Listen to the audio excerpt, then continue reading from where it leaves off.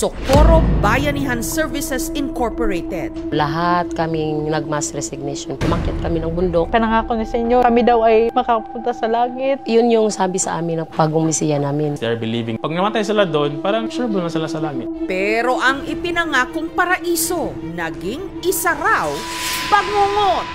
Kaya labis-labis ang pasisisi ko na bakit pa ba ako nagtagal doon? Ang naging buhay daw kasi ng ilan sa Sitio Kapihan, naging impyerno. Nariyang pinilit daw silang magpakasal at makipagtalik sa mga miyembro ng SBSI. Sinabihan po ako na pwede mo na yung galawin, trip mo na yan kasi asawa mo na yan eh. Hinikayat silang iwan pati ang kanilang mga pamilya at puwersahang pinagtrabaho.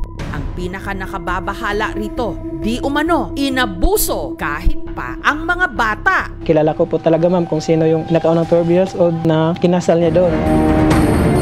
Gaano katotoo na ang nasalihan nila na SBSI, kulto? Isa sa mga sumanib sa grupo, ang nooy isang buwang buntis na si Gemma. Hindi niya tunay na pangalan. Lahat kami, yung parents ko po, yung mga kapatid ko po, hindi namin in-expect na doon na kami titira forever. Ang naging kuta raw ng mga miyembro, ang 353 hectares na lupaing ito na sakop ng Sitio Kapihan, nasa tuktok ng bundok.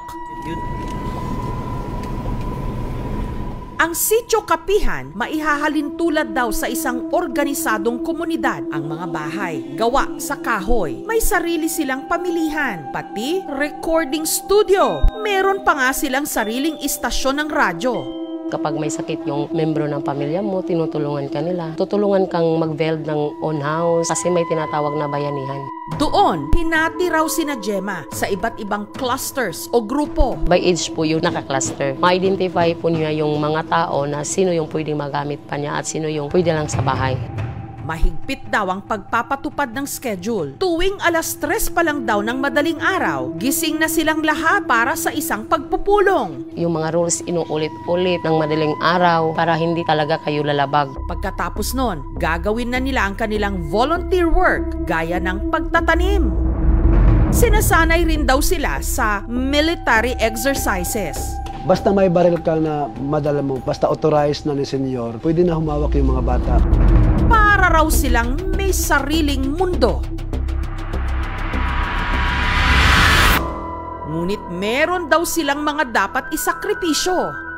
Ang mga miyembro, inuutusan daw ni Senyor Aguila na iwanan ang buhay nila sa baba. Mahigpit na ipinagbabawal na magkaroon sila ng koneksyon sa labas kahit pa sa sarili nilang mga kaanak. Bagay na naranasan daw ni alias Beth. Binan sila ni Senyor kasi daw, lason po yun daw yung pamilya ko. Hindi na sila pinapasok. Parang nga raw silang mga preso. Hindi po pwede na lumabas doon sa kapihan ng walang passes na binigay ni Senyor. May punishment po kapag napag-alaman na tumakas ka. Minsan, padol or restricted ka sa paksol. At imasi-masi ka pa doon, tusok ulo, nandun po.